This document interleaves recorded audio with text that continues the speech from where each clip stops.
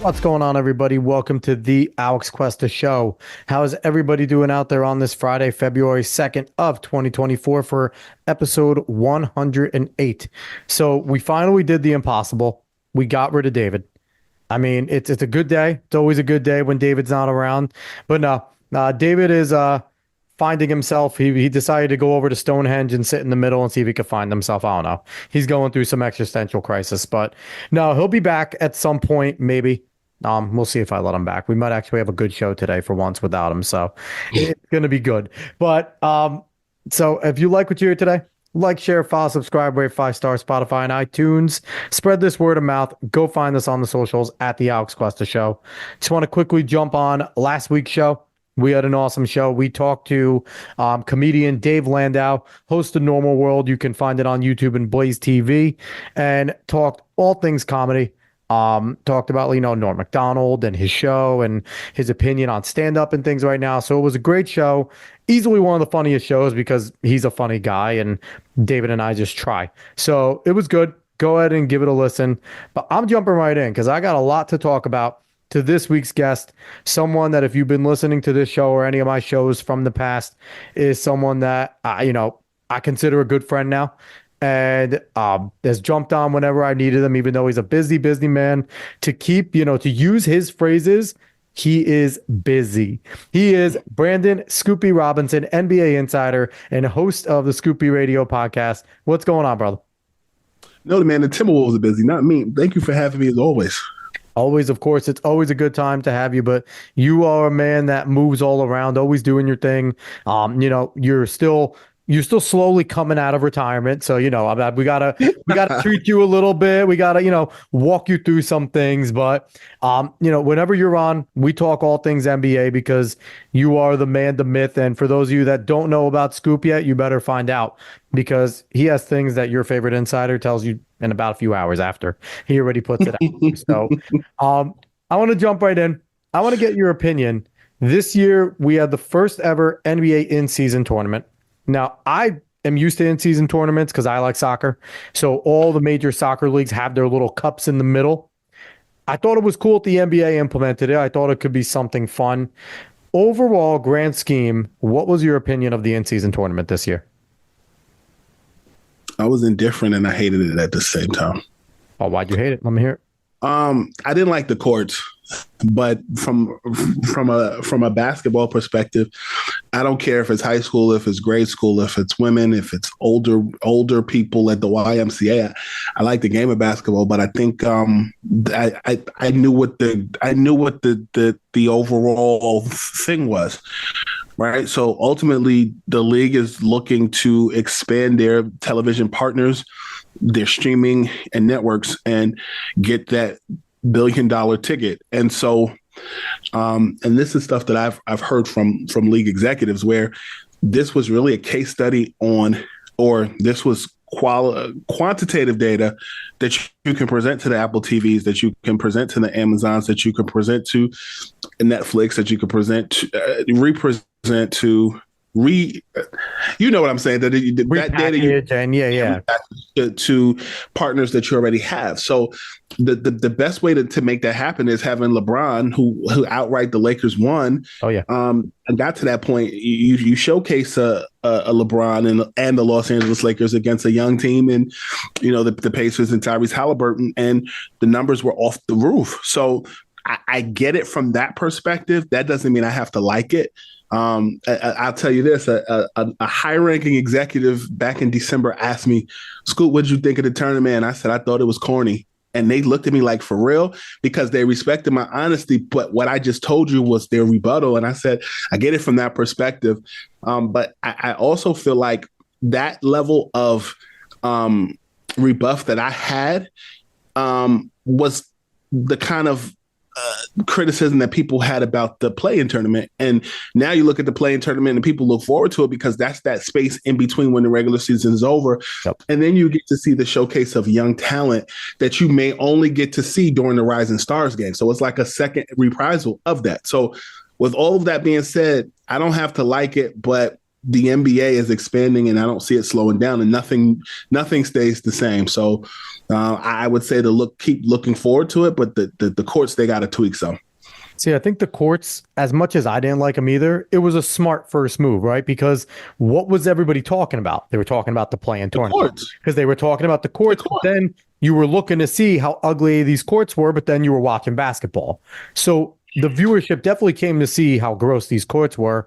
Now, Sure. when you watched it, I thought from watching it that when the round robin stuff was going on in the beginning, it was just a regular season game, right? The guys were playing. As the rounds got more, the guys wanted it. Like it wasn't something that they were kind of dogging through. It looked like, maybe some teams that were already higher in the rankings and stuff were maybe not going as crazy. Like obviously you want to win every game. It counts towards a regular season. But that championship game, that was a high level game. The Lakers and the Pacers both wanted it. It They was. wanted that championship. It was. I mean, yeah, it was. And the incentive for the $500,000 isn't shabby either. Yep. I'll also add that those games that they played were during the first quarter of the year that in some people's mind were meaningless. It actually gave you incentive or something to play for. Yeah. But also, the NBA filled that in well because you think about it, it started when the season started in October, like it was like the first or second Thursday or Friday of the season, right?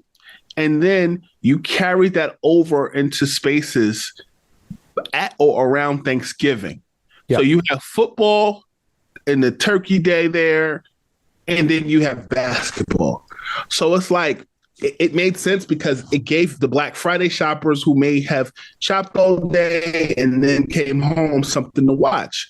I think it filled in those time slots immaculately, from Halloween to Thanksgiving. And it's interesting because you would think, this is not anything anyone has said, this is my opinion.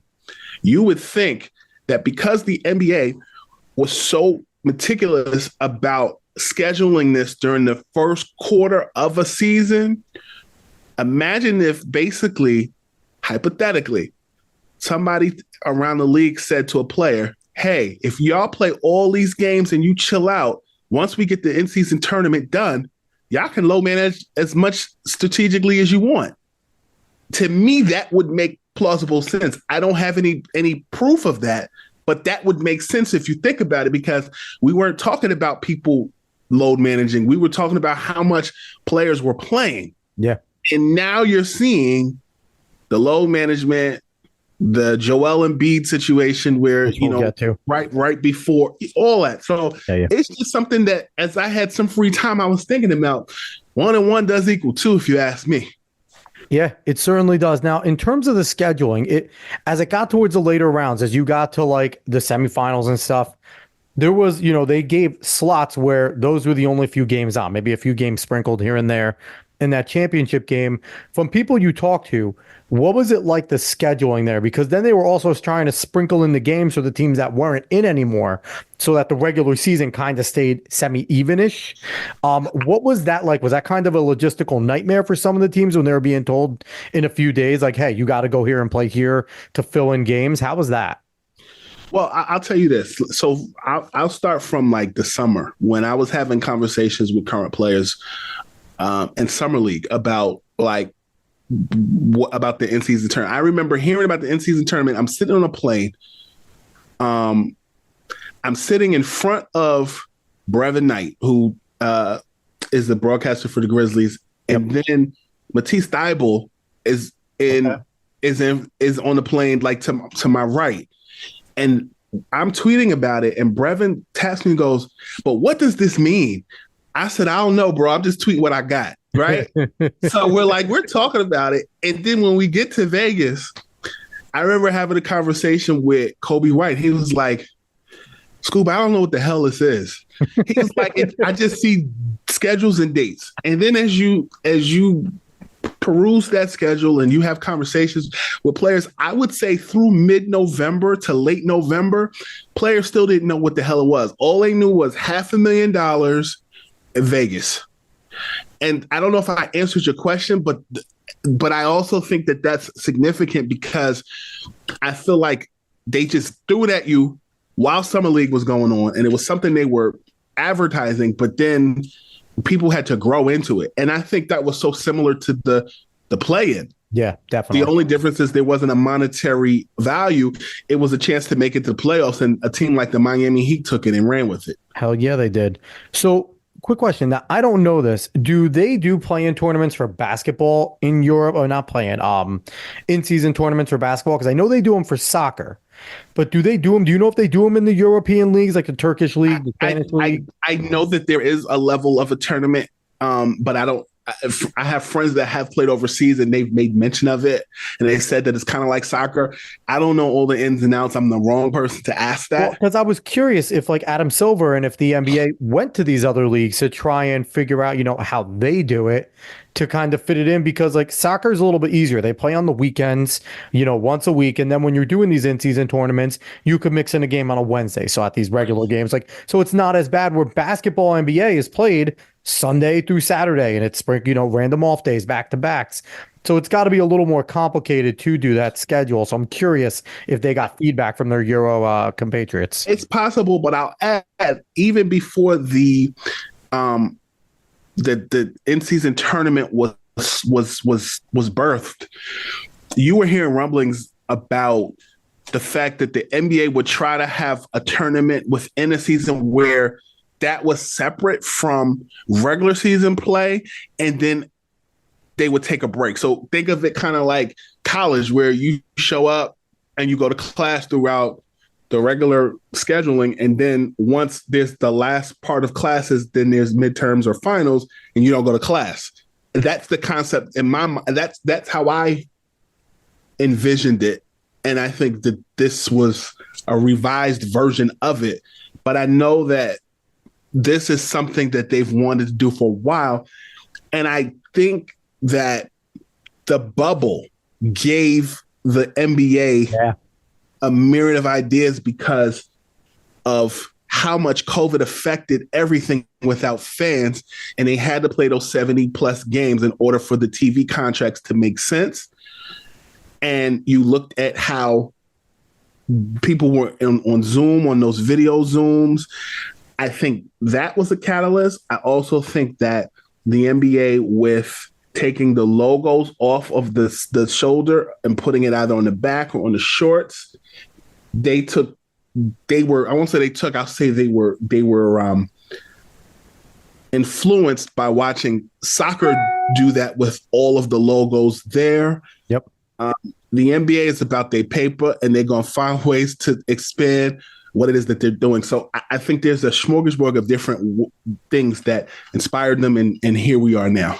Yeah, well, the NBA, everyone in America is looking up at the NFL in terms of the dollar, right? So the NBA has been, inching closer and closer, and they're trying to figure out more ways to get that viewership, and they're doing a good job because I think the game right now, they have a ton of superstars to throw around, so they're doing well. So the last thing I want to talk about for the in-season tournament, there was an obvious hangover with the Lakers and Pacers after that championship game. I think the Lakers went like 1-6 after that. I think the Pacers went like 0-5. Like, there was an obvious hangover there. Is there anything the league you think can or should do to maybe prevent that from these teams? Because it kind of wasn't a reward. They got done playing that championship game. I think they maybe had 2 days off and then they resumed, right? That's a lot of emotion. That's a lot of high level play to like ask these guys to then jump right back into regular season mode. So do you think there's something that they could or should do to kind of prevent that? Or is this just going to be something where teams are going to get used to it? They're going to get used to the play in the in-season style, and that's just going to be it. I think they're going to get used to it. And I think the Lakers, they had the shortest distance in travel. Yep. B, I think they had an off day that next day. LeBron went to see Bronny play. And C,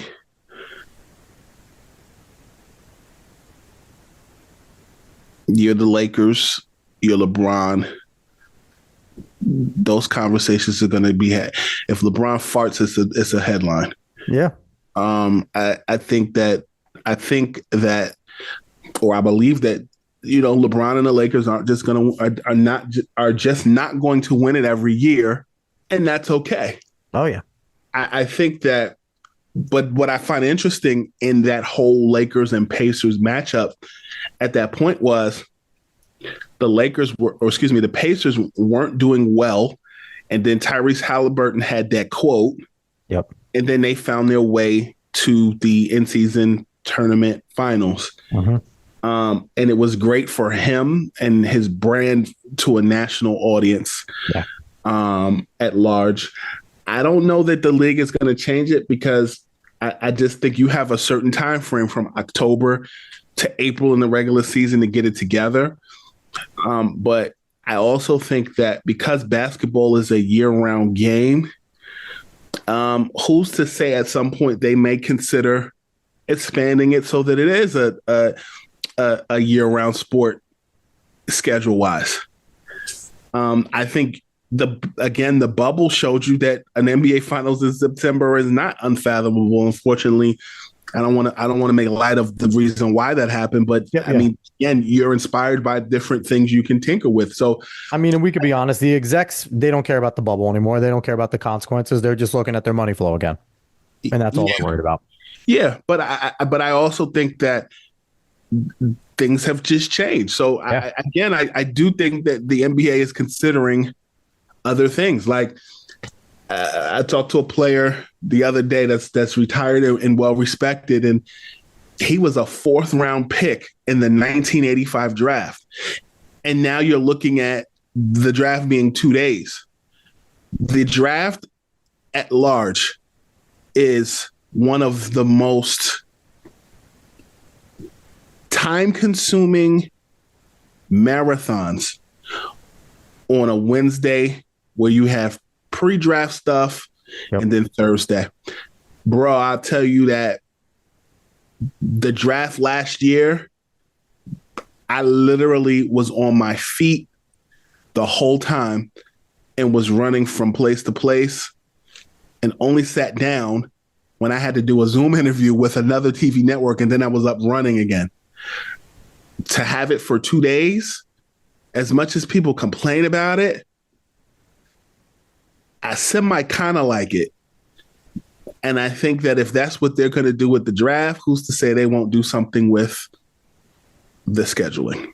So the NBA needs to let you set up your booth somewhere over in Barclays, and then you can have people sit down and talk to you at the Scoopy studio. That's what I'm calling for, because that studio was looking nice. I don't know if people haven't seen Scoop's new studio, go check it out with the podcast and things like that and his interviews. That studio is looking fresh, Scoop. It looks fantastic. Thank you. So I want to jump in. Let's go over to the trade deadline. It is next week, the 8th, I believe, is the trade deadline. Yes. So at 3:00 p.m. Eastern time. Let's get into it. So what are you hearing right now? I know we're in smoke and mirrors mode. It's the Friday. It's next Thursday. So everything could change from what you say today to tomorrow, because I know the information you're getting right now is fluid, right? It's always fluid up until the 11th hour, right? Or whatever. Of course it's that. Hour. So what are you hearing right now during the trade deadline? Who might be available, who is looking to be dealt, things like that. Any of the big names? Kyle Kuzma, that's a big one. So where are you thinking? What are the rumblings saying that who's interested in Kuz? The Dallas Mavericks have been interested in Kyle Kuzma since about October when the season started. I spoke to someone in the know, and they said to me that he compliments Kyrie and Luka like a glove. Yep. And he, to them, is the prototypical 3-and-D guy that they would need. And I think he would be a Draymond Light for them as far as playing positions 3 and 4. And they think that he's an underrated defender because people look at the flashy stuff or just his persona and just think he's a scorer and that's it. They feel like he's tall. He has a connection to Jason Kidd, but ultimately it's a matter of what they would give up, meaning the Dallas Mavs to the Washington Wizards, because the the Wizards are wanting 2 to 3 first round picks in any deal circling around Kuz. Additionally, the Sacramento Kings have interest in him. They're a team that has 2 All-Stars that weren't named All-Stars. Ridiculous that one of them, Domantas Sabonis, at a minimum, should have been in there because he's a freak. And De'Aaron Fox isn't he leading the NBA in scoring right now, 27.7? Yep, he's up there. But Yeah.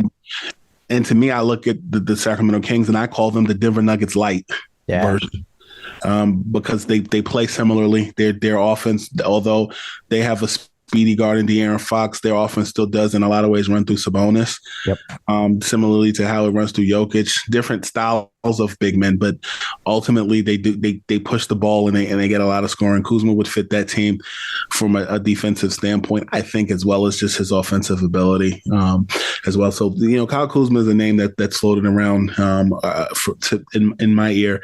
Additionally, his teammate Daniel Gafford of the Wizards is another a person of interest. I'm told that the New York Knicks are interested in, they would have to offer up more than just Evan Fournier and others, but that's a name that I hear a lot. I know the New Orleans Pelicans as well have some interest in Daniel Gafford. They're looking for a rim protector and possibly another guard. A name that is floated to me is Onyeka Okongwu, who's a 6'9", 6'10" combo power forward and center. And so those are some of the things that I'm hearing across the league as far as the Knicks goes, and everything that is DeJounte Murray.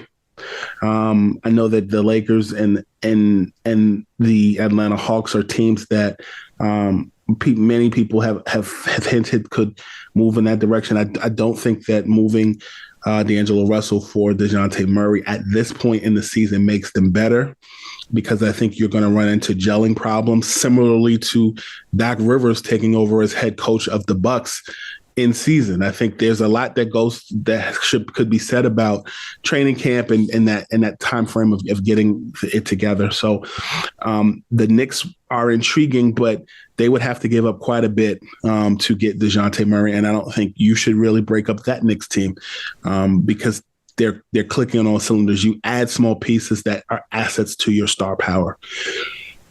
So what about Trae Young? I feel like every single deadline since Trae Young's been in the league, it feels like rumblings of Trae Young being traded there. And then every year he's back in a Hawks uniform leading that team.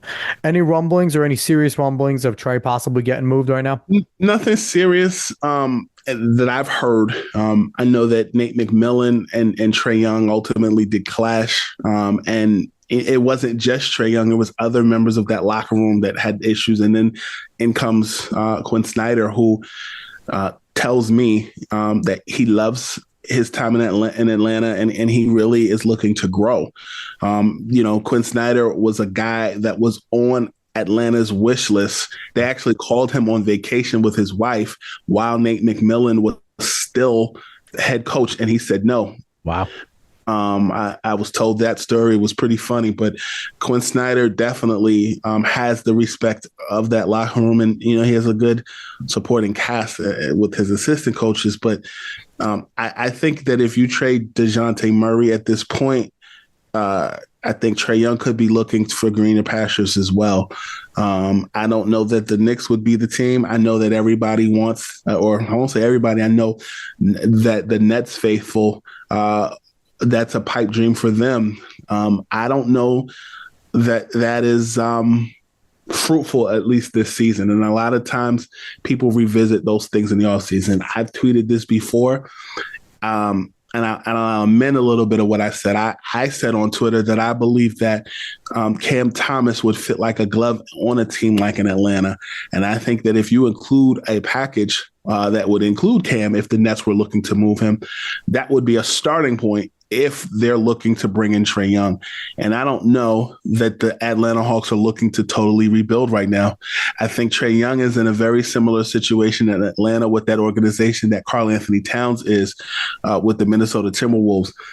if Cat were to ask for a trade today, the Timberwolves would honor it. And I think that Trae Young were to ask for a trade in Atlanta, the same could happen there. And I've heard nothing of the sort from either one of those players. Okay. I think it would suck for Cat to move right now from Minnesota, considering how hard he's worked for that franchise. And it seems like they're trending in the right direction with Anthony Edwards and him. So part of me really wants to see him stay there and at least give this a really good run, because I think they could be really good going forward. Now, Philadelphia is interesting to me. Even with the healthy Embiid, you have him, you have Maxey. I feel like they need something else there to help those two guys out, really, to be a contender to your Bucks and to your other teams in the East, your Knicks and things like that, and Celtics. Are you here in Philly looking for anything to make any big splashes right now? I think Zach LaVine would fit in Philadelphia. Maybe the only place Zach may fit in because of his style. I love Zach LaVine. I think he's a great scorer. He's up there in age. He's a volume shooter at this point.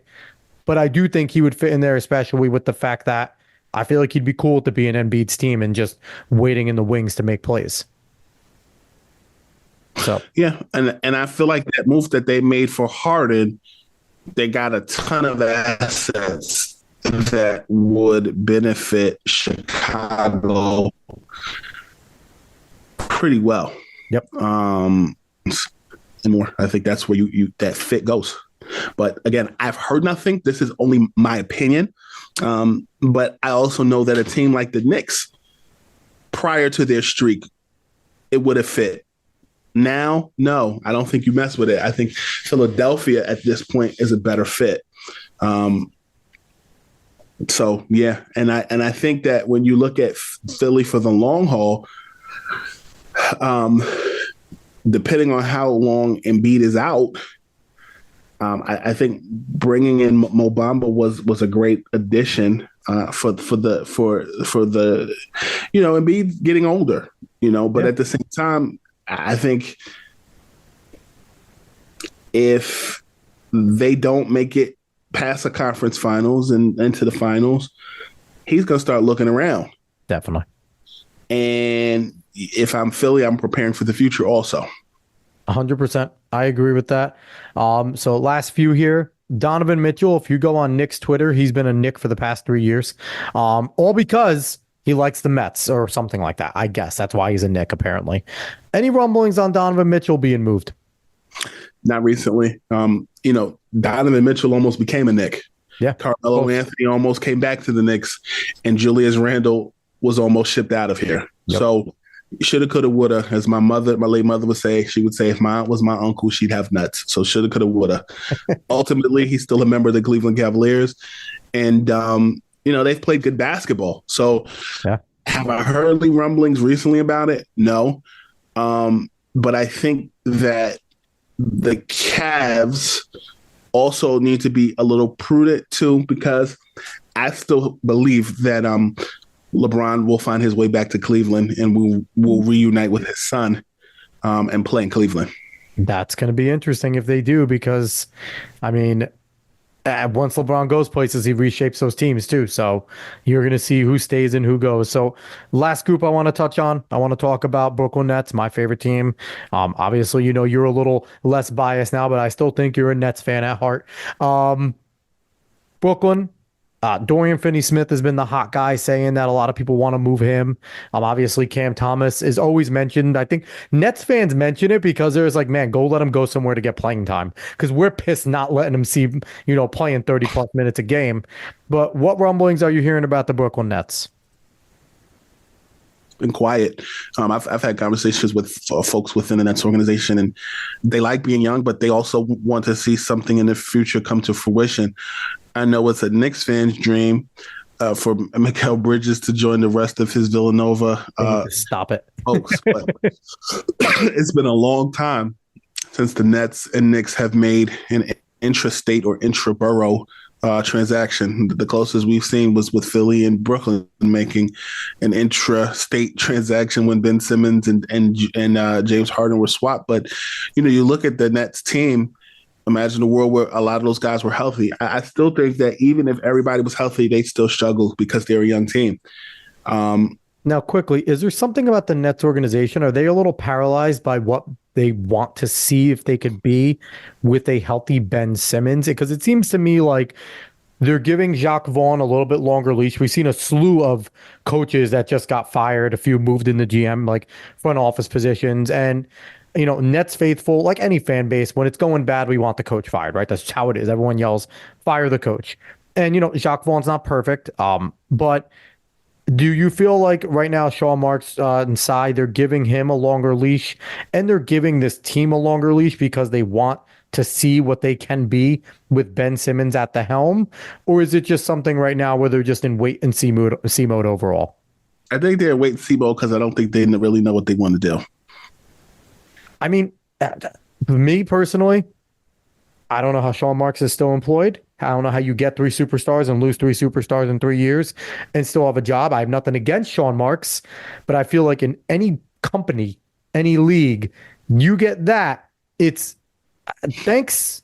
We're happy with what you did, but we got to do something else because you just chased away a potential mega team. One person that I talked to within that organization says to me that Sean Marks has 9 lives because he finds a way to reinvent himself within that organization. I think that Nets organization reminds me in some ways of the young team that Kenny Atkinson had. The only difference is they made the playoffs and they were a competitive bunch. Yeah. And that's what I thought they would be at the beginning of this season. Yep. When, they had a healthy product on the floor. But ultimately, you got to look at the future of Nicholas Claxton because there's a lot of teams that, would go after him. I also look at the trade department or the trading deadline, and the Pelicans are looking for a rim protector. He'd fit like a glove. The Pelicans also have assets. Yep. Could be interesting. You look at Cam Thomas and his future. I don't think people really know his value, or I think some people know his value, know his worth, but I also think that when you look at Cam Thomas and the numbers that he puts up, to me it reminds me so much of Coach Carter. I feel like sometimes Jacques Vaughn is Coach Carter, and Cam is of a more mature Timo Cruz. He doesn't bitch and moan. He doesn't complain, but he's a spark plug off the bench, but he's really a starter. But his role has just been augmented so many times. Yeah. And I think another team, if they're looking to move him for the right price, could appreciate his value. I think a Pelicans team is another team that I mentioned I'd love to see him play for. Yeah. I mean, and the thing is, if the Pels, I just don't want to see Cam Thomas and Clax go because they're two players I love, but I get it. If you're trying to rebuild, and right now the franchise is building around Mikal Bridges. So he's the centerpiece right now of the team. So everything's going around him. So we'll see where they go. But it's going to be an interesting deadline like it always is. I don't expect the Nets to be super busy. I do expect the Knicks to make one more move, and I'll see. I don't know what it is, but I think they're feeling like they're on the precipice of something awesome with Brunson doing what he's doing, and they got to feel like they're in win now mode. Yeah, I think that they need an insurance policy for Julius, because even if he doesn't get the surgery this season, at some point he's going to have it. The good news is he doesn't shoot with his right hand. He's a lefty. Yep. But ultimately, other names that are out there, like I think to me, Wendell Carter Jr. would fit on the Knicks team. Now, is Utah looking to move Lauri Markkanen at all for the right price? Because I feel like Lauri would fit on so many teams. He would fit on so many teams. Lauri tells me he loves it in Utah. Because I feel like him going to either the Nets or the Knicks would be such a great fit for them spreading it out. And I feel like Lauri would do well with what he does because he is a good rebounder, but he also can spread it out. I feel like putting Brunson and him could be a good combination. I don't think he would fit on that Knicks team. You don't think so? No. I mean, maybe it's just because I like Lauri Markkanen in general. I feel like he fits. I like him too. I just don't think he's going to fit. Makes sense. Hey, listen. Because no, well, listen. He's a dominant scorer as a 6-footer, almost 7-footer. Yep. Playing in Tibbs' system, he's going to float a lot, and I think he's going to play out of position.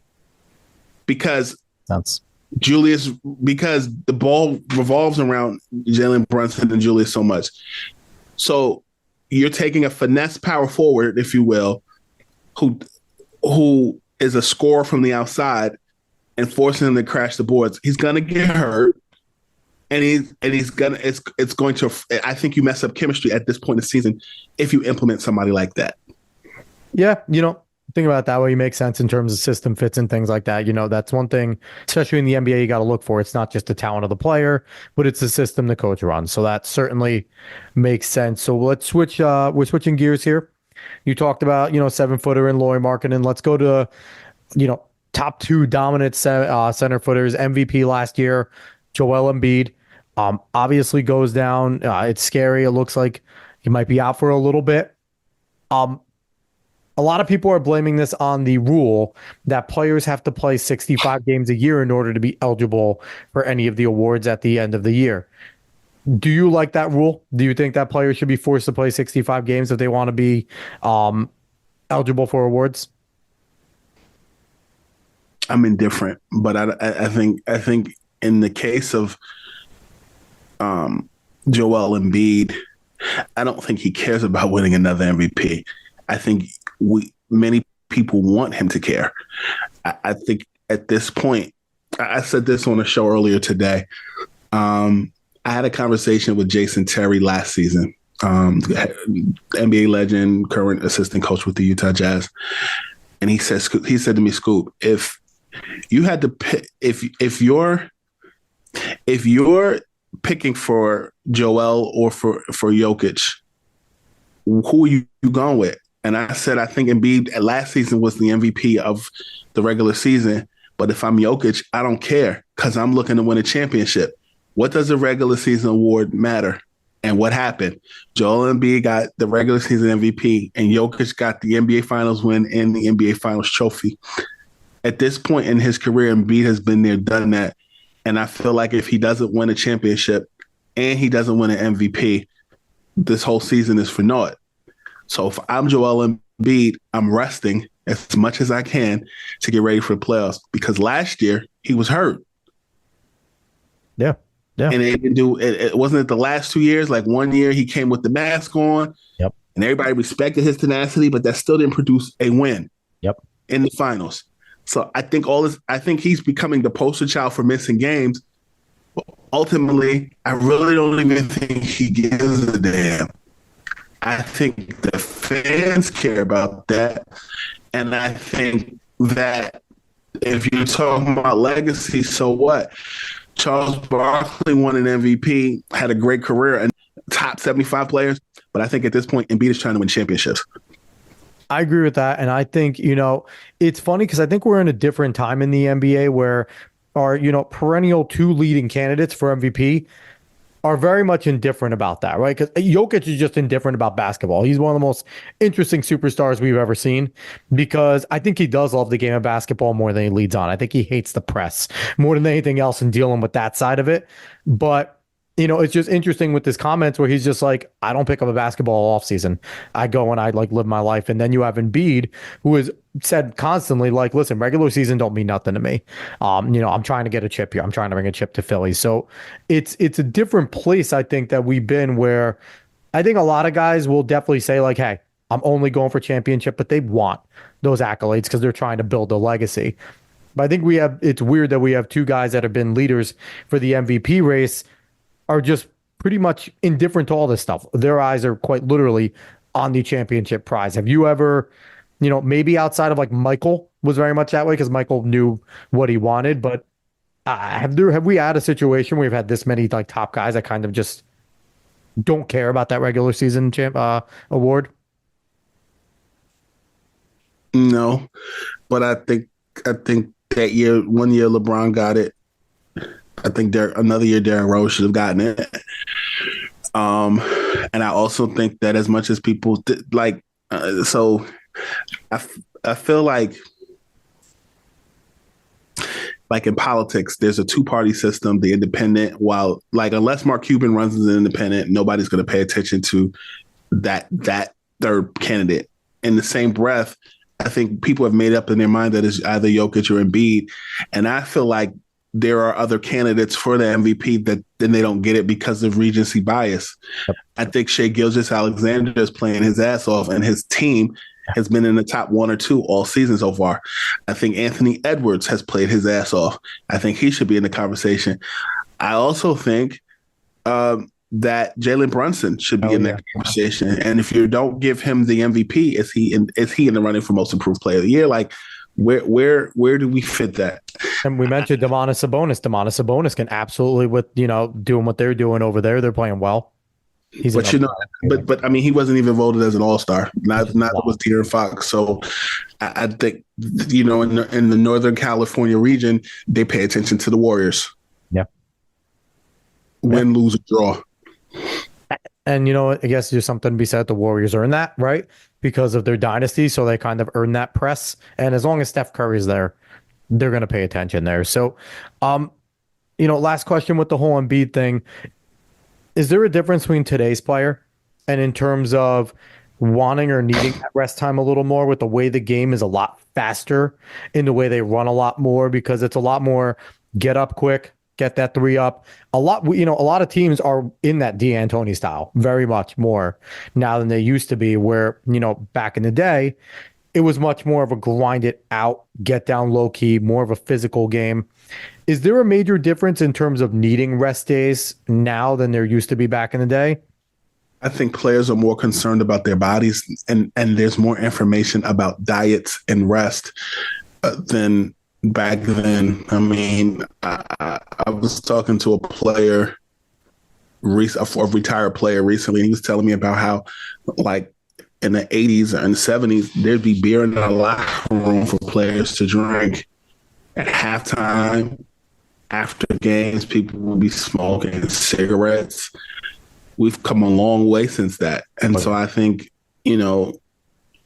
players are more conscientious about their bodies, but I also think players are playing more to be more injury prone. And I also think a lot of players in today's league, their bodies are their bones are a lot more brittle. And I think that there are, without naming names, there are certain sports drinks that they drink that affect their bones and make them more brittle as well. Do you think they also play too much basketball? Do you think they play too much? They're playing too much year round, a lot of these guys? Because we always see off-season videos of guys running pretty hard, like, playing, what's that place over in Cali that a lot of players play? It's, I forget the The name. Mamba Academy. Mama Academy, there's Are another you talking one. about the Rico Hines run at UCLA? Yeah, I think that, and it's like, and you just see a lot of videos of players all offseason still playing hard pickup games, things like that. And do you think they just play too much now? Where I think guys back in the day, when it was the off season, it was the off season. They were spending time with their family. They were going on vacation. They were, working out, but not playing ball. Do you think there's something to that? I think that 24-hour news coverage gives you the perception that they're playing all the more, and that players were just spending time with their family. I think, like, I take it back to when Michael came out of retirement. Charles Barkley has told me this story, and a few other people have told me this story about how Michael had that Space Jam dome in California while he was preparing for while he was preparing for the season, and everybody and their mama's mama was there. Queen Latifah was hanging out there. Shaq was hanging out there. Dennis Rodman, Juwan Howard, a lot of people. Penny Hardaway. Basketball is a year-round sport, and people are always playing. I just think that the internet has given you the indication that it's always going on. And I also know that a lot of times videos are released, and that doesn't necessarily mean it's happening when we see it. That's true. That is very true. And yeah, the internet's tricky with that. I think that ultimately, this is what you signed up for. I think that, I remember being around the league where when the first lockout season happened, where some teams would be playing 4 or 5 nights a week. And sometimes their back-to-backs would be like one night Seattle, the next night Indiana, the next night Orlando. That's crazy. And I don't think that the players have it that bad now. Now, this is what I do find interesting. Sometimes schedules kick your butt. I remember in December, I went to a Sixers Timberwolves game.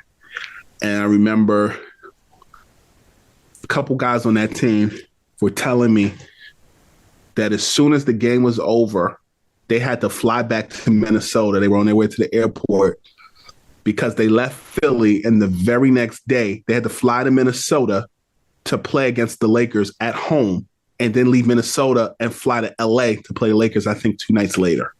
So they had like a home at home after that. Yeah.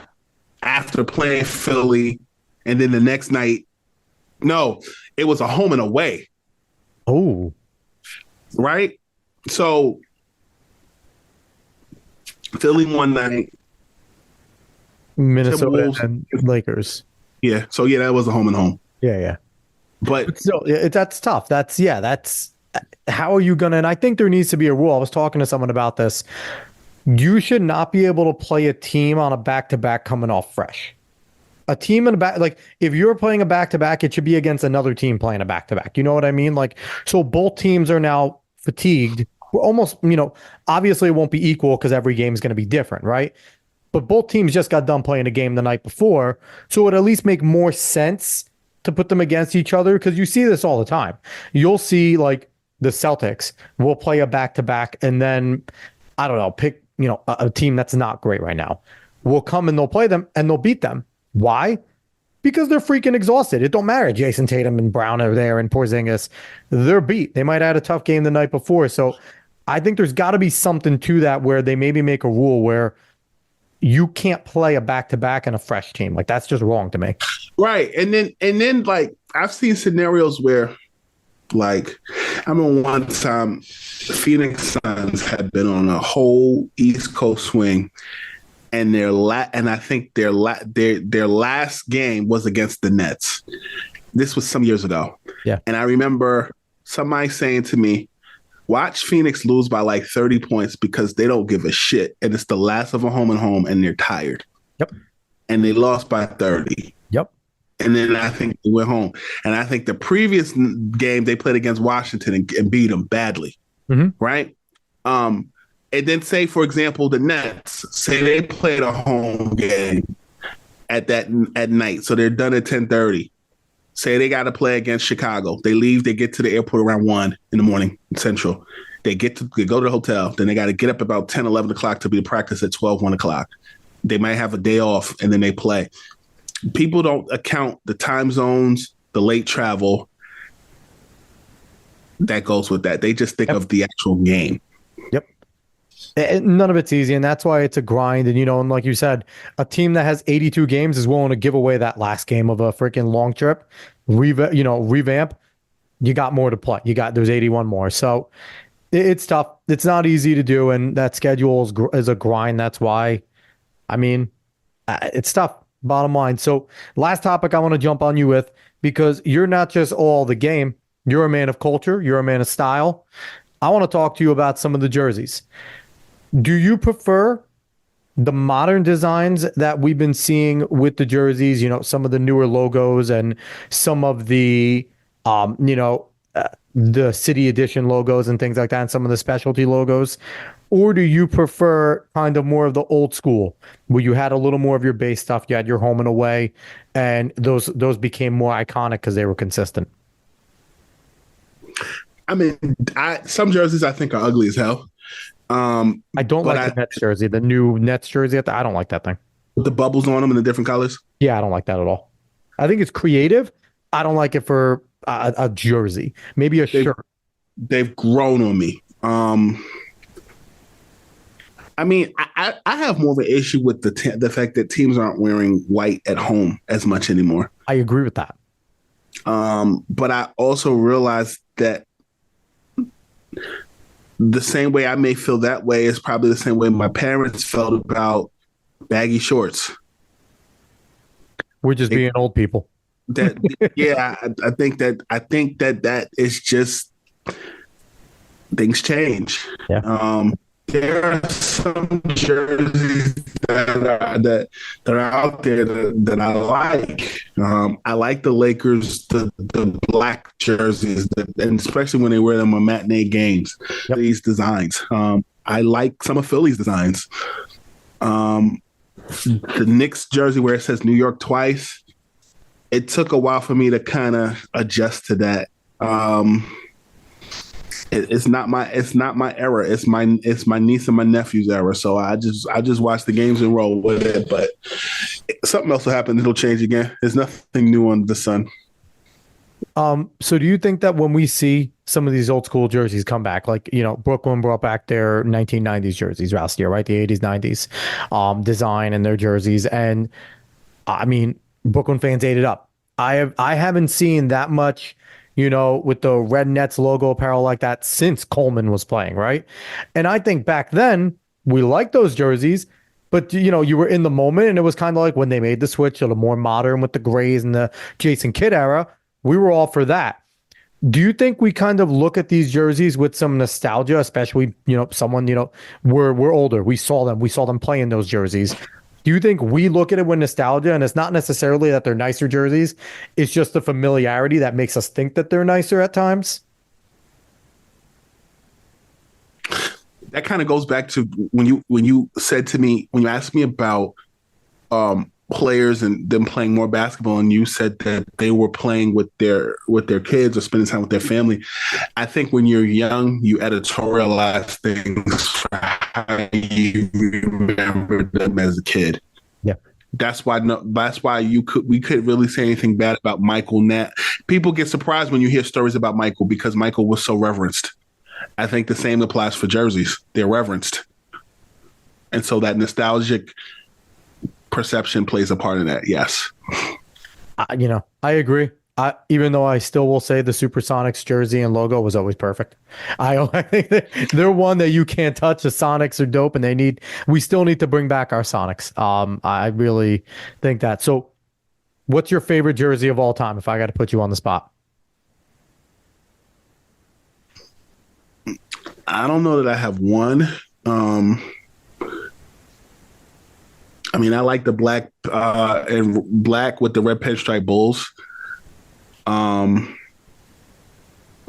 I liked the Pistons jersey was just the plain Pistons in red with the blue, with the Bad Boys era, and it led into Grant Hill.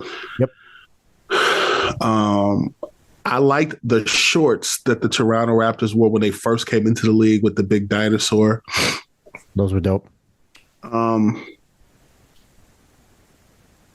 I liked the Bucks with like the era of Todd Day and Ray Allen and Glenn Robinson. Those Bucks jerseys with the buck on them. I liked it. I liked the Nuggets with the Lego blocks, the Alex English era Nuggets. Yeah, those were nice. And I like the Orlando Magic's jerseys when they first came in the league. I have a pair of white with the pinstripe, the blue with the pinstripe, and the black with the pinstripe. I think those stood out. The Shaq era. I think everyone had those when they were younger. Those were one of the things you just got because they were fresh. Like those Magic, that Magic style. My favorite will always be the cursive Chicago, where the Chicago was written in cursive, the red with the black cursive. I don't know why I've always liked those jerseys. I just thought they looked nice. There are. There's a lot to choose from. I could go on and on all day. Yeah, some of the classic Spurs jerseys where they had the lighter green and the red and all that. I like those too. I thought those were fresh. So there's always a lot to choose from, and people might listen to us and think we're crazy, but that's okay. That's the fun part about clothes, right? Everyone can have their own opinion. Yep. So before we jump out of here, for David always likes to ask our guests lately a non sequitur question. So I'm going to bring you David's non sequitur. He sent it to me earlier. Would you rather be as cool as a penguin, as royal as a lion, or as graceful as a dove?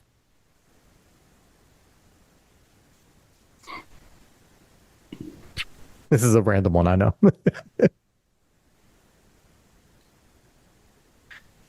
Got squeaking. Probably royal as a lion because they're a leader. The dove I like because you could fly out of situations, but you could still get caught by lions. So I think that's why I like the lion. David thought you would go lion. He said that he predicted Scoop will go lion. I say cool as a penguin because penguins are my favorite animal. So, and they're cool as shit. So There you go. there you go. Scoop, thank you so much for jumping on. It's always fun with you, brother. Brother, thank you as always for the opportunity to be myself. So once again, he is Brandon Scoopy Robinson, NBA insider, host of Scoopy Radio podcast. Always has things cooking. Go follow him at Scoopy on X, Twix, whatever you want to call it, Twitter, whatever you want to call it now. Are you still just at Scoopy on Instagram as well? Yes. I mean, Scoopy's unique. Ain't no one going to steal that from you. And just remember, whenever you see anything that Scoop says, he has no sources. No one told it. He made it all up. Of course, it's fiction. Didn't happen. It did not happen. So once again, if you like what you heard today, give us a like, share, follow, subscribe, rate 5-star, Spotify, and iTunes. Spread this word of mouth. Go find us on the socials at the Alex Cuesta Show. We'll be back next week with another awesome show. Thanks for listening, everybody. So long.